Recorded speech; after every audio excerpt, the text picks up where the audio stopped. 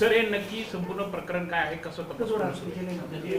नाशिक शहरातील एका नामांकित बहुराष्ट्रीय कंपनीमध्ये महिलांचा विनयभंग, लैंगिक अत्याचार, मानसिक अत्याचार आणि धार्मिक भावना दुखवल्याचे एकूण 9 गुन्हे दाखल करण्यात आलेले आहे।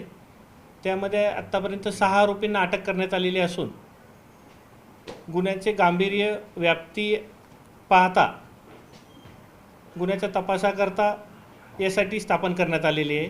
माननीय पोलीस आयुक्त श्री संदीप कर्णिक सर यांच्या आदेशान्वये SIT स्थापन करण्यात आलेली असून पुढील तपास SIT करत आहे। यासोबतच नाशिक शहर आयुक्तालय हद्दीतील सर्व खाजगी आस्थापनांना पोलीस दलातर्फे आवाहन करण्यात येत आहे की आपल्या आस्थापनामध्ये काम करणाऱ्या महिलांचे सुरक्षेची जबाबदारी ही आपली आहे आणि त्याकरता योग्य ती खबरदारी आणि प्रतिबंधात्मक उपाययोजना करण्यात याव्यात। तसेच कुठल्याही महिलेची